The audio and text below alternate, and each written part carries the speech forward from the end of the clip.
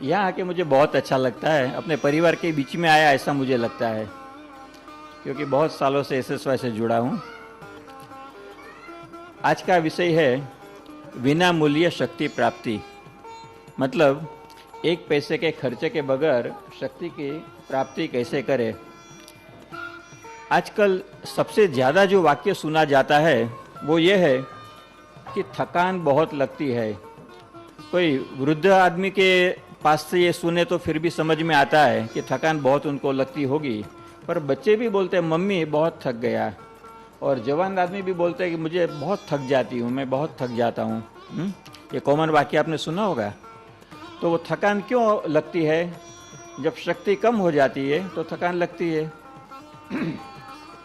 हम लोग जब छोटे थे बचपन में कितनी मूवमेंट करते थे, कितनी भागा दौड़ी करते थे, हमको थकान नहीं लगती थी। क्यों नहीं लगती थी? क्योंकि हमारे पास उस समय शक्ति ज़्यादा थी। हम लोग जब बचपन में थे हमारे पास व्यसन नहीं थे, या तो बहुत कम व्यसन थे। क्यों कम व्यसन थे? क्योंकि हमारे पास शक्ति थी तो हमारा रेजिस्टेंस पावर ज़्यादा था, और हमको भाड़े की शक्ति की ज़रूरत नहीं पड़ती थी, उधारी की शक्ति की ज़रूरत नहीं पड़ती थी, तो हम व्यसन के नज़दीक नहीं जाते थे। और बड़ी उम्र में व्यसन की ज़रूरत पड़ने लगी, चाय कॉफ़ी आदि। और छोटी उम्र में हम बीमार कम होते थे, क्योंकि हमारे पास शक्ति ज़्यादा थी, तो रोग प्रतिकारक शक्ति भी ज़्यादा थी, तो हम बीमार नहीं होते थे। और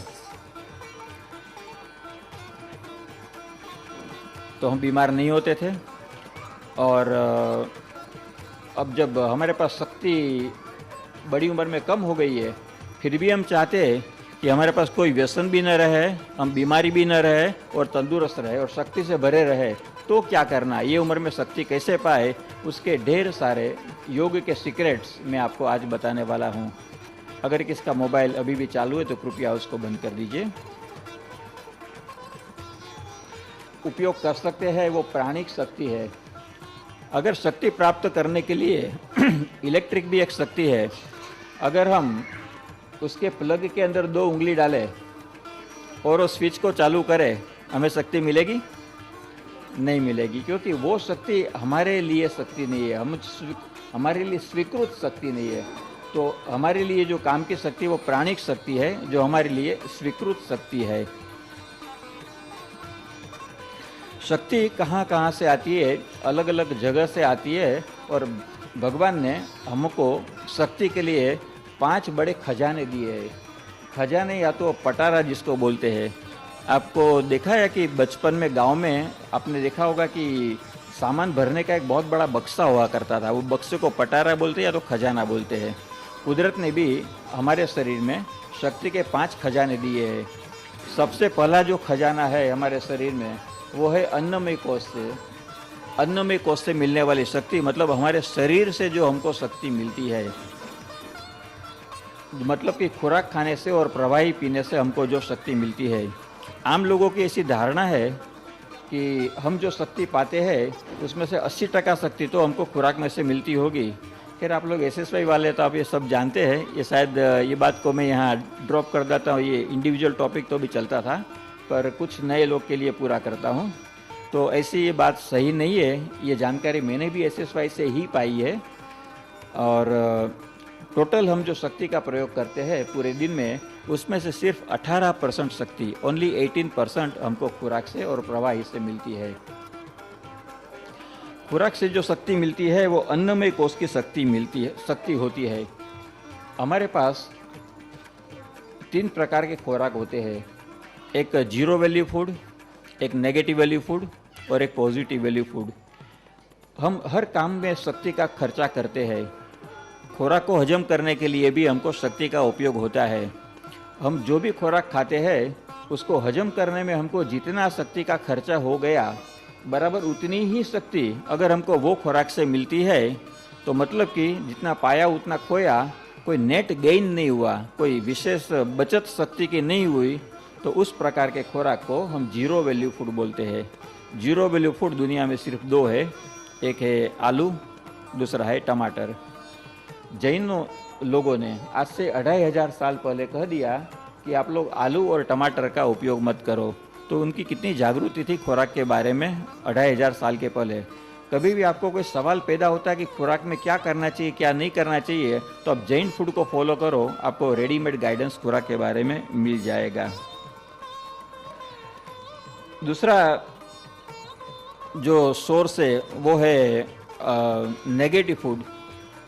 नेगेटिव फूड वो है कि हमारे शरीर में हम जो अगर खाए तो शक्ति को कम कर देता है, खींच लेता है हमारे शरीर में से शक्ति। नेगेटिव फूड है चाय, कॉफ़ी, पान, बीड़ी, तम्बाकू, सिगरेट, दूध और दूध से बनी मिठाइयाँ, तेल और तेल से तली जाने वाले फरसाण, हींग, अल्कोहल, ड्रग और आदि सब चीज़ें ये नेगेटिव फूड है। ये नेगेटिव फूड हमारे शरीर में से शक्ति को कम करती है।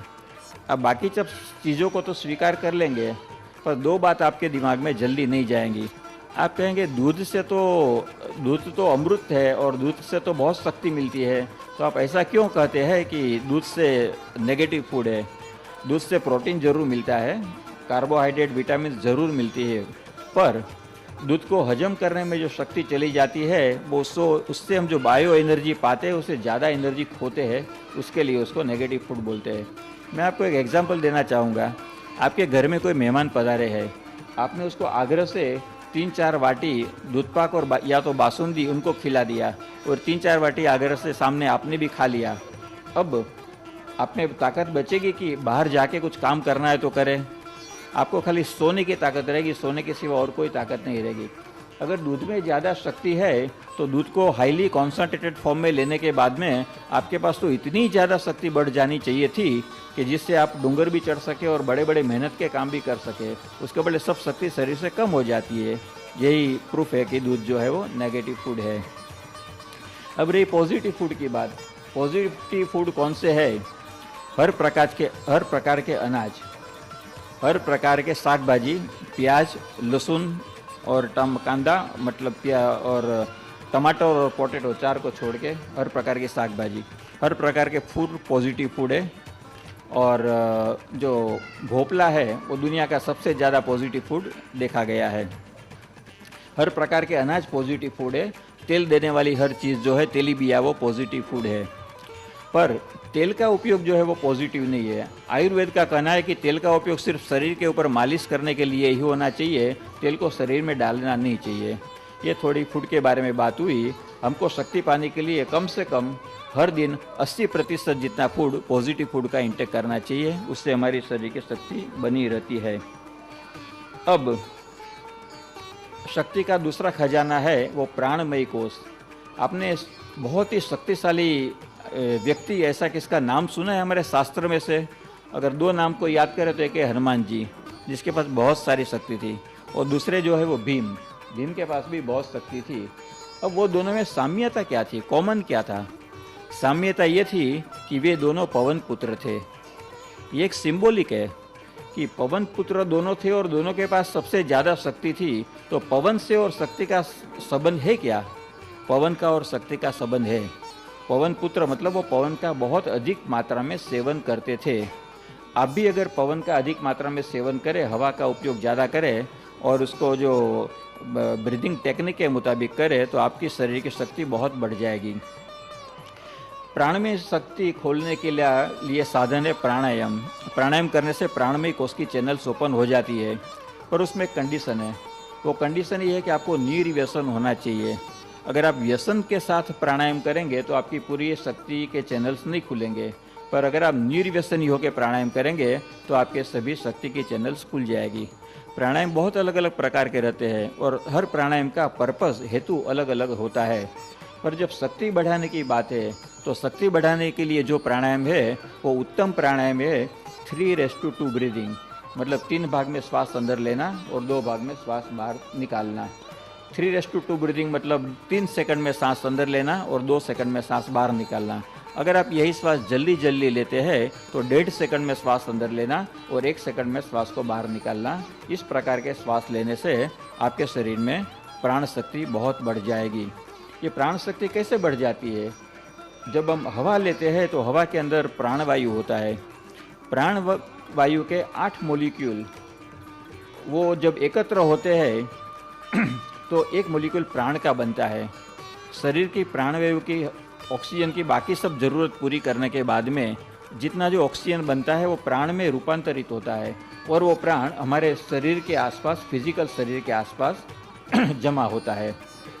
फिजिकल शरीर वो कि जिसको हम आईने में देख सकते हैं, 2 आँख, 2 कान, नाक, बड़ी स्पष्टता से हम आईने में देख सकते हैं। पर आपने कोई भगवान के फोटो के आजू बाजू देखा होगा कि तेज का एक वर्तुड़ होता है। कई साधु संत के पुरुष के आजू बाजू आपने देखा होगा कि तेज का वर्तुड़ होता है। वो आपका प्राणमय बॉडी है। जैसे साधु संतों के पास आपको दिखता है फोटो में, वैसे आप हर लोगों के पास, हर एक व्यक्ति जो मेरे सामने बैठी है वो सभी के पास प्राणिक शरीर भी है और प्राण का वर्तुड़ भी है। और इस समय मैं आप सभी के प्राणिक शरीर को देख रहा हूँ। सभी के प्राणिक शरीर का कितना जाड़ा है, कितना तेजस्वी है, कितना उसके कलर आसपास क्या है, वो सब मैं देख रहा हूँ। और क्योंकि प्राणायाम करने के बाद में और ध्यान करने के बाद में हम यहाँ बैठे हैं, तो आप सबके प्राणिक शरीर काफ़ी पावरफुल है और सबके प्राणिक शरीर एक दूसरों से मर्ज हो गए हैं और एक प्राण का एक क्लाउड बन गया है, एक बादल बन गया है। वो प्राण का बादल पूरे माहौल के अंदर छाया हुआ है और प्राण के बीच में, बादल के बीच में रहने से जिसने प्राणायाम नहीं किया उसको भी फायदा होगा, उसको भी उतना ही लाभ होगा। तो ये प्राण शरीर से मिलने वाली शक्ति है। इसको मैं और आपको स्पष्टता से समझाने चाहता हूँ। अगर मैं आपको 3 रुपया दूँ और आप मुझे 2 रुपया वापस दो, तो नतीजा क्या होगा? फलस्वरूप आपके पास 1 रुपया जमा हो जाएगा।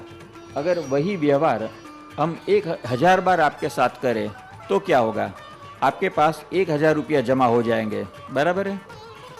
तो वो 1000 रुपया आपके पास जमा हो जाएगा। इसी तरह ज़्यादा प्राणायाम करने से, ज़्यादा प्राण अंदर लेने से प्राण शरीर के आसपास जमा होता है। प्राण का और एक उदाहरण आपको देना चाहता हूँ, प्राण की शक्ति का।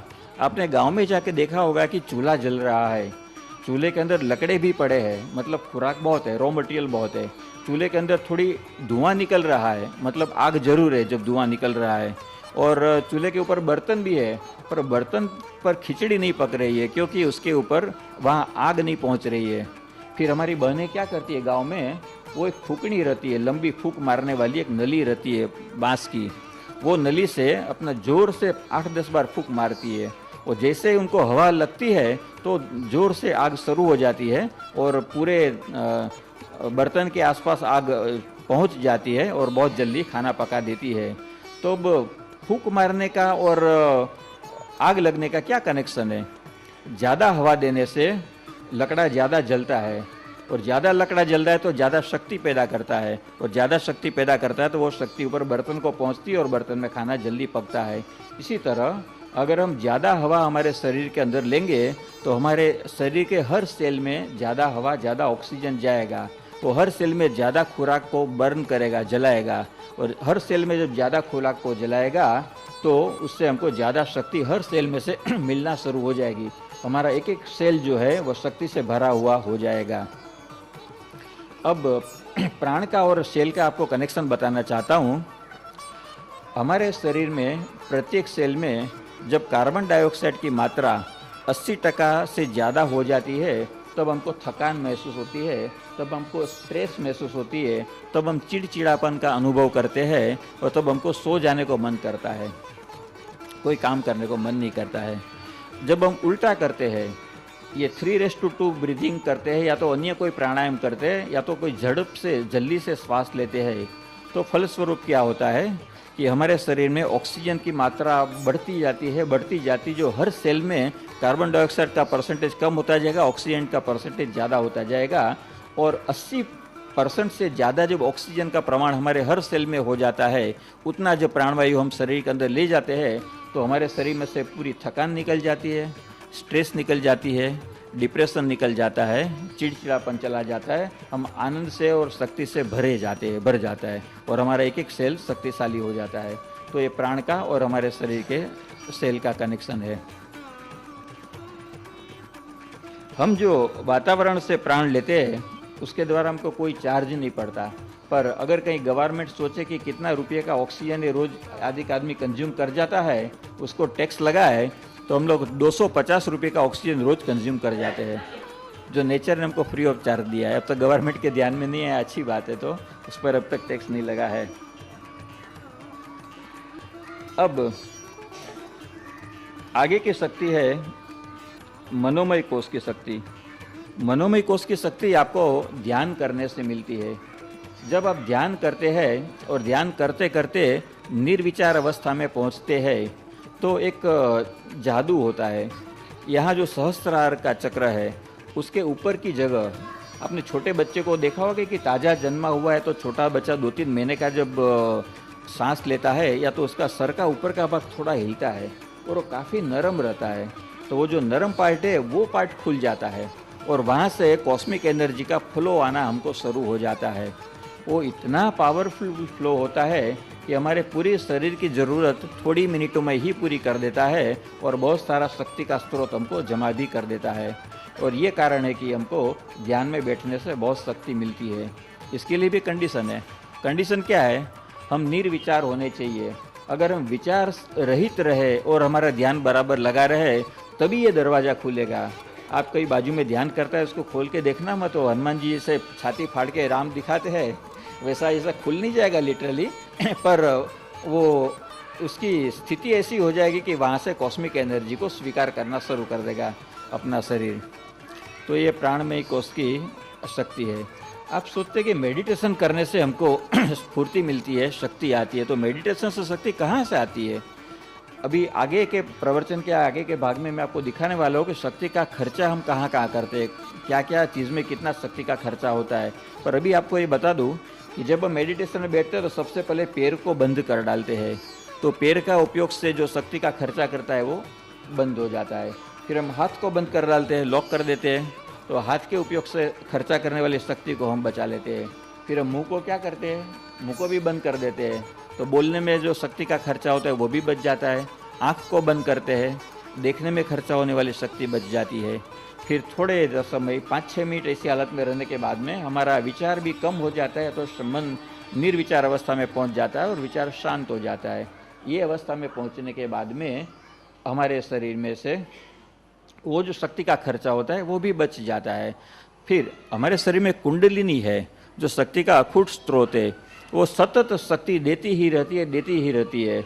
तो जो थोड़े ही समय में शरीर की सब शक्ति की जरूरत पूरी कर जाती है और फिर जो शक्ति बचती है वो पुराने रोगों को दूर करने में काम आती है। अगर याददाश्त कम हो गई है तो याददाश्त को ठीक करने में काम आती है, और कोई मेंटल प्रॉब्लम जो हमने जमा करके रखे तो उसको ठीक करने में यह सब शक्ति का उपयोग होता है। इसी तरह ध्यान में मनोमय कोश की शक्ति हमको प्राप्त होती है।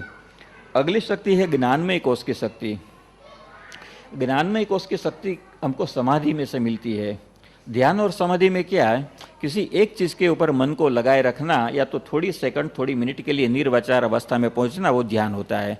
पर अगर वही स्थिति हम लंबे समय तक टिकाए रखें, अधिक समय तक 5 मिनट 10 मिनट अगर हमको एक भी विचार न आए तो हम समाधि अवस्था में पहुंच जाता है। जब हम समाधि अवस्था में पहुंच जाते हैं तो ये पूरा खुल जाता है और हमारे शरीर में से शक्ति जो है, शरीर अन्नमय कोश की शक्ति, प्राणमय कोश की शक्ति और मनोमय कोश की शक्ति, वो एकत्रित होकर वो यहाँ से बाहर निकलती है और वैश्विक चेतना का जो शक्ति का स्रोत है उसके साथ जाके मिल जाती है।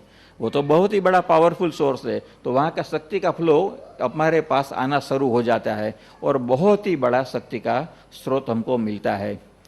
ज्ञानमय कोश खुलने से और भी एक फायदा होता है। अगर आपने पहले संकल्प करके बैठे हो ध्यान में, कोई सवाल आपके मन में है जो आप अपने गुरु से पूछना चाहते हैं, चाहे वो गुरु आपके जीवंत हो चाहे वो गुरु मृत हो, आपके मन में से सवाल वो बाहर निकल जाएगा। वो सवाल वैश्विक चेतना के अंदर जाएगा। अगर आपका ध्यान लंबे समय तक चलता रहे समाधि, तो वही समाधि के दौरान आपको वही सवाल का जवाब आ जाएगा। जैसे आपके मोबाइल के अंदर SMS आ जाता है ना, ड्रॉप करके टिन आवाज आता है, हाँ, आपको पता चल जाएगा तुरंत नया विचार आया, और नया विचार आपको ध्यान पूरा करने के बाद में तुरंत नोट डायरी में लिख सकते हैं। वो आपके सवाल का जवाब होगा, वो मोस्ट ऑथेंटिक होगा, वो सही गुरु और जानकार आदमी के पास आया होगा। अब मृत गुरु से भी ये सवाल पूछ सकते हैं, उनकी तरफ से भी आपको सवाल का जवाब मिल सकता है।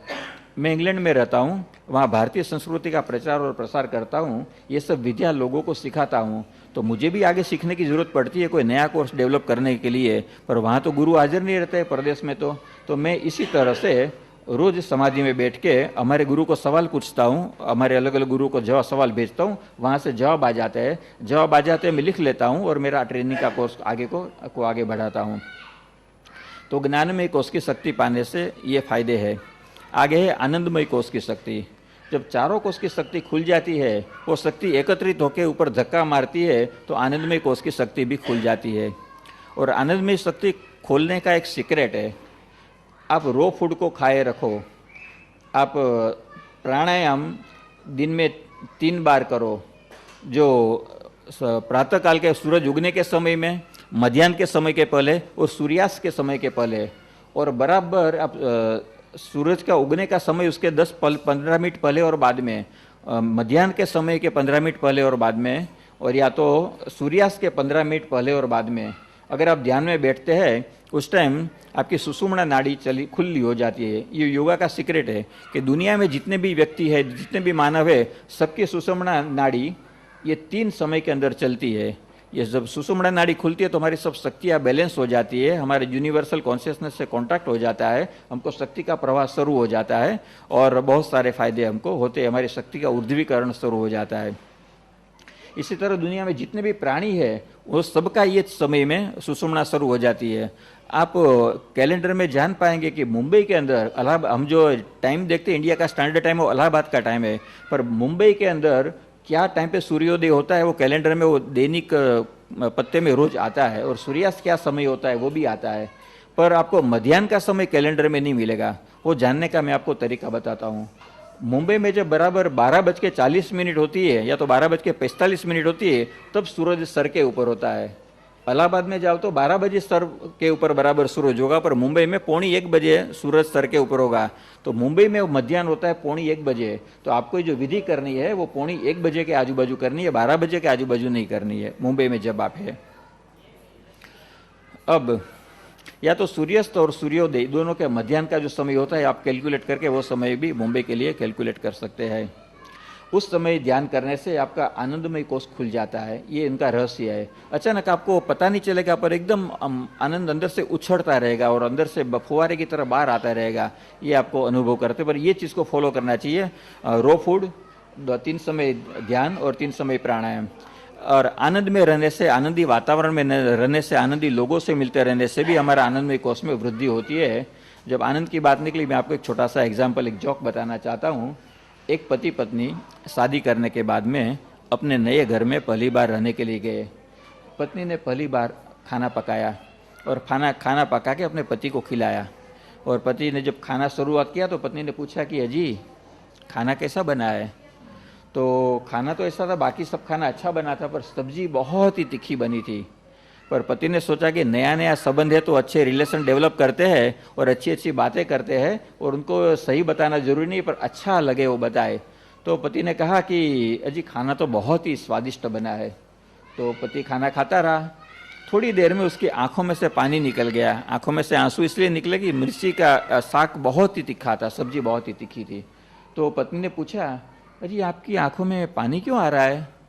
तो पति ने कहा कि देखो, हम पहली बार अलग घर में रहने को आए, ये पहली बार तुमने मेरे लिए उतनी स्वादिष्ट रसोई बनाई और तुम इतने प्यार से मुझे खिला रही हो, ये सब देख के मैं इतना भाव विभोर हो गया हूँ कि मेरी आंखों में ये भाव के आंसू बहाए, ये प्रेम के आंसू बहाए, खुशी के आंसू निकल आए। तो पत्नी को बहुत अच्छा लगा। उसने बड़ा चम्मच भर के साग भरा और पति को परोसने जा रही थी, आप सब्जी और लो। पति ने कहा नहीं नहीं नहीं नहीं नहीं, इससे ज्यादा खुशी मैं बर्दाश्त नहीं कर सकता। तो ये आनंदमय कोष की बात है, और आनंदमय कोष में रहने से हमको अधिक शक्ति मिलती है। तो शक्ति के 5 खजाने में आपको बताया, उसके बारे में आपको थोड़ा डिटेल बताया। अब शक्ति के और स्रोत है, कहाँ से मिलती है? शक्ति हमको मंदिर में से मिलती है। मंदिर की जो रचना होती है वो पिरामिड की तरह होती है, और पिरामिड में से चारों दीवार में से शक्ति एकत्रित होकर सेंटर में होती है, पाई रीजन में। उसी तरह मंदिर की शक्ति, मंदिर की जहाँ मूर्ति है वहाँ एकत्रित होती है। मूर्ति के प्राण प्रतिष्ठा की हुई होती है, मतलब मूर्ति जिंदा होती है, और वो शक्ति एकत्रित होकर मूर्ति के आज्ञा चक्र में से बाहर निकलती है। जब आप मूर्ति का दर्शन करते हैं तो मूर्ति के आज्ञा चक्र में से शक्ति बाहर निकल के आपके आज्ञा चक्र में, मतलब हिंदू लड़की जहाँ बिंदी लगाती है वो जगह में शक्ति जाती है, वो शक्ति आप पाते हैं। कई लोग बोलते हैं मंदिर से जब जाके घर पे आती हूँ तो मुझे बहुत अच्छा लगता है। ये क्यों अच्छा लगता है कि शक्ति का बहुत ही बड़ा स्रोत आपके शरीर के अंदर जमा होता है, इसलिए आपको अच्छा लगता है। और मंदिर में जाके अच्छा लगने का एक कारण आपको बताऊं, जब हम मंदिर में जाते हैं तो हम दोनों हाथों को जोड़ते हैं। हर व्यक्ति के, चाहे नर हो चाहे नारी हो, उसका जो शरीर का लेफ्ट हैंड साइड का पार्ट है वहाँ नारी शक्ति होती है, और चाहे नर हो चाहे नारी हो उसके राइट हैंड पार्ट में शरीर के वहाँ नर शक्ति होती है। और अगर वो दोनों नर और नारी शक्ति बैलेंस न रहे तो व्यक्ति स्ट्रेस में नजर आती है, या तो चिड़चिड़ापन अनुभव करती है या तो कुछ थकान अनुभव करती है। तो वो दोनों शक्ति को बैलेंस करना चाहिए। हमारे ऋषि मुनि बहुत ही समझदार और लंबी सोच रखने वाले थे। जब हिंदुओं में एक दूसरे से मिलते हैं तो रिवाज है नमस्कार करने का, हम लोग इस तरह पे हाथ जोड़ते हैं। तो हाथ जोड़ने से सामने वाले को तो फायदा हो या ना हो, पर हमको तो फायदा होने की शुरुआत हो जाती है। हमारे शरीर की शक्ति बैलेंस होना शुरू हो जाती है, और हमारे उंगली 10 उंगली और हमारे शरीर के पंजे वो शक्ति को एब्जॉर्ब करने वाले, मतलब चूसने वाले, और शक्ति को भेजने वाले, प्रक्षेपण करने वाले बहुत ही पावरफुल इंस्ट्रूमेंट है। आपने कोई इंग्लिश पिक्चर में देखा है कि दूसरे ग्रह से कोई आदमी आता है, ये उंगली को इस तरह करता है, और इंडिया या कोई पृथ्वी के कोई लड़के को इस तरह वो टच करता है तो उसका जो घाव भर जाता है। हाँ, ईटी में आपने देखा है। तो ये जो उंगली है वो शक्ति, अपना ये उंगलियां सब शक्ति का प्रक्षेपण के लिए बहुत ही पावरफुल हथियार है। ओके, तो जब हम ताली बजाते हैं मंदिर में जाके, तो ताली बजाते समय भी हमारा शक्ति का एक्सचेंज होता है। हाँ, ताली बजाने का सही तरीका क्या है? 10 उंगलियां एक दूसरे से मिले, पंजे एक दूसरे से मिले, चाहे आवाज कम हो, पर ताली बजाने का सही तरीका ये है। अगर कोई इस तरीके से ताली बजाएगा, आवाज बहुत ही बड़ा होगा पर उससे फायदा उतना नहीं होगा। फायदा पाने के लिए सही ताली का बजाने का ढंग क्या है? ये ढंग है। हाँ, इस तरह ताली बजाना चाहिए। Okay, thank you, thank you. अब आगे बढ़ेंगे। पिरामिड से हमको शक्ति मिलती है। अगर हम पिरामिड में बैठ के ध्यान करते हैं या तो पिरामिड में बैठे रहते हैं तो हमको 3 गुना अधिक शक्ति मिलती है। ध्यान करते समय हमको 3 गुना अधिक शक्ति मिलती है। हम समूह के बीच में अगर ध्यान करते हैं तो हमको 3 गुना अधिक शक्ति मिलती है। अगर हम जंगल में बैठ के ध्यान करते हैं तो हमको 3 गुना अधिक शक्ति मिलती है। ये सब 3 गुना एक ही नहीं है, ये सब 3 गुना अलग अलग है। तो टोटल अगर मैंने 5 चीज बनाई तो 15 गुना शक्ति हो गई। तो नॉर्मल प्राणायाम या नॉर्मल ध्यान जो आप करते हैं उसके बदले अगर ये 5 कंडीशन को मिला के उसके बीच में आप करेंगे तो आपको 5 गुना अधिक शक्ति ज़्यादा मिलेगी। अब आप देहरी आश्रम में या तो कोई आश्रम में जाते हैं, आपको बहुत ही शक्ति का अनुभव होता है, बहुत अच्छा लगता है। ऐसा क्यों होता है? क्योंकि आप वृक्षों के बीच में रहते हैं, 3 गुना शक्ति। आप एक दूसरे के साथ में बैठ के प्राणायाम या ध्यान करते हैं, 3 गुना शक्ति। वहाँ का जो ऊपर का रूप है वो इस तरह स्लोप में है तो दोनों तरफ से कॉस्मिक एनर्जी आपको मिलती है, अगेन 3 गुना शक्ति। और ध्यान और प्राणायाम करने से भी तो 3 गुना शक्ति मिलती है। ये सब कारण है कि आप वहाँ ज़्यादा प्राणिक शक्ति का अनुभव करते हैं। प्राणिक शक्ति पाने के लिए हम कहाँ से पा सकते हैं? जैसे मैंने कहा कि बिजली के तार में उंगली डालो तो हमको शक्ति नहीं मिलेगी। तो हमको जो शक्ति हमको स्वीकृत है वो शक्ति हमको काम में आ सकती है। हमारा शरीर 5 चीज़ों का बना है। क्या चीज़ है? पृथ्वी, जल, अग्नि, वायु, आकाश। हाँ, आप सब लोग जानते हैं। ये 5 चीज़ हमारे शरीर में अंदर है तो हमको शक्ति भी वो 5 चीज़ से ही मिल सकती है, और वो 5 चीज़ की शक्ति ही हम स्वीकृत कर सकते हैं।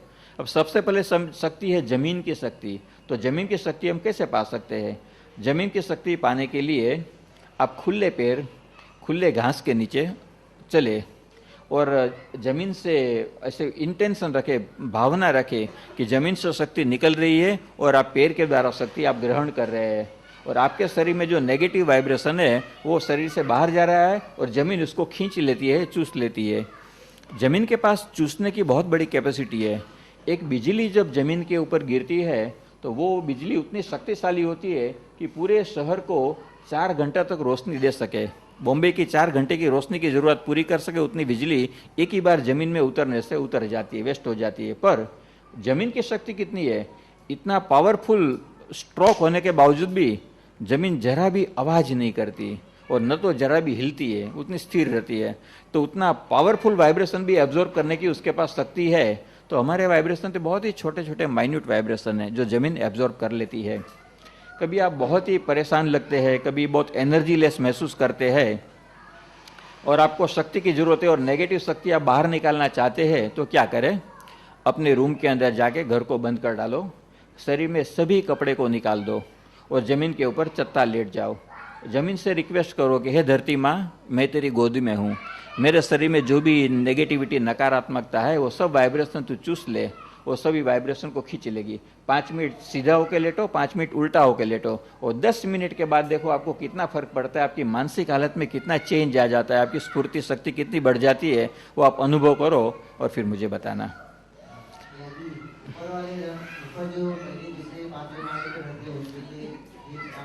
हाँ, उनके लिए जरूर काम में आ सकता है। उनके लिए क्या है कि अल्टीमेट वो जो सीमेंट है वो भी तो धरती की पैदाश है, लोहा है वो भी धरती की पैदाश है, और 5वें माले का जो कंक्रीट है वो भी अपना जमीन के साथ अर्थ है। वो जब 25वें माले के ऊपर भी अगर बिजली गिरती है वो तो सीधी जमीन में उतर जाती है, वो क्योंकि वो जमीन की पैदाश है। इसी तरह 5वें माले रहने के वाले भी इसी तरह ये प्रयोग का उपयोग कर सकते हैं, पर जमीन पे कुछ बिछाना हुआ नहीं होना चाहिए, सीधे फर्श के ऊपर आपको सोना है। तो इस तरह आप जमीन के नेगेटिव शक्ति दे सकते हैं, जमीन से पॉजिटिव शक्ति पा सकते हैं। और शक्ति पाने का दूसरा सोर्स है जल। आप बड़े तालाब के अंदर जाके नहा या तो तालाब के पास में जाके बैठे, तो वहाँ पैर डूबा के बैठे, आपको शक्ति मिलना शुरू हो जाएगी। आपने देखा है कि कोई भी व्यक्ति, बड़ी उम्र की, छोटी उम्र की या बच्चा हो, जब झरने के किनारे जाते, नदी के किनारे जाते, तालाब के पास, तो किसको बोलना नहीं पड़ता है, किसको सिखाना नहीं पड़ता है, एक पत्थर ढूंढ के उसके ऊपर बैठ के वो सब अंदर पैर डाल के बैठ जाते हैं। ये सहज अनुभव है। ये लोगों को किसने सिखाया कि अंदर पैर डालने से अच्छा होता है?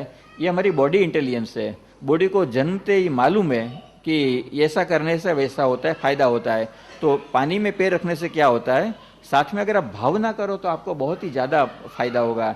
आप ऐसी भावना करो कि मेरे शरीर में से नेगेटिव वाइब्रेशन जा रहे हैं और बहते पानी के साथ निकल के ले जा रहे हैं, और पानी में से जो पॉजिटिव वाइब्रेशन है, मास पॉजिटिविटी, वो मुझे मिल रही है और वो मेरे शरीर में जा रही है।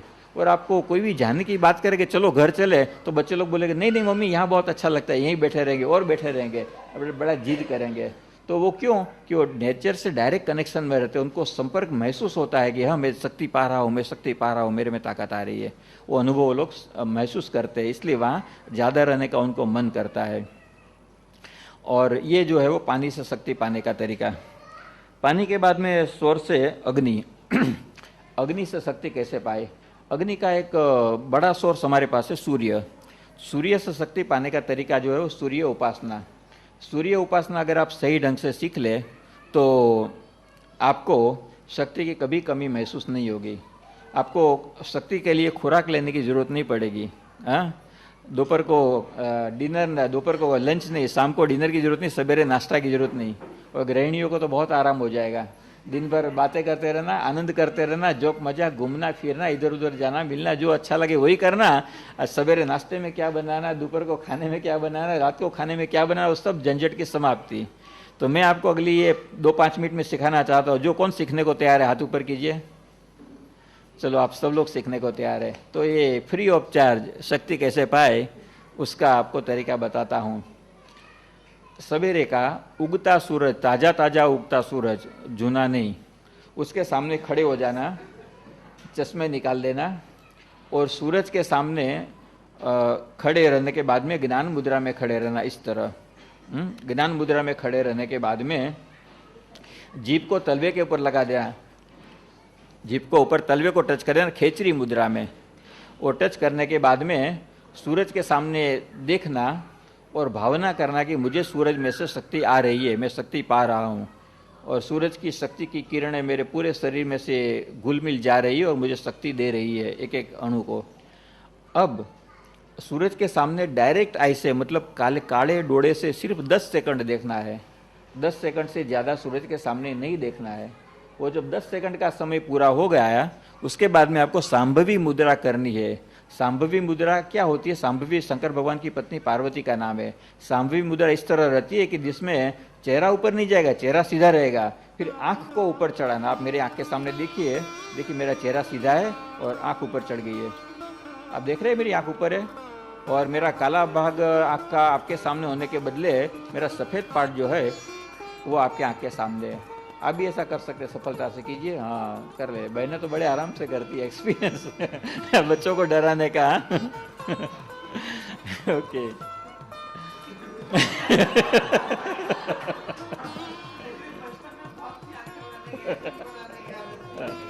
Okay okay. तो इस तरह सांभवी मुद्रा में रहने का, और सूरज की जो रोशनी है हमारे काले डोळे के ऊपर नहीं, पर काले डोळे के नीचे जो सफेद पार्ट है उसके ऊपर सूरज की किरणें पड़े, वैसा इस तरह से रहने का। उस तरह पहले दिन कितना रहने का? पहले दिन सिर्फ आधी मिनट रहने का, आधी मिनट से ज्यादा नहीं रहने का। ज्यादा रहने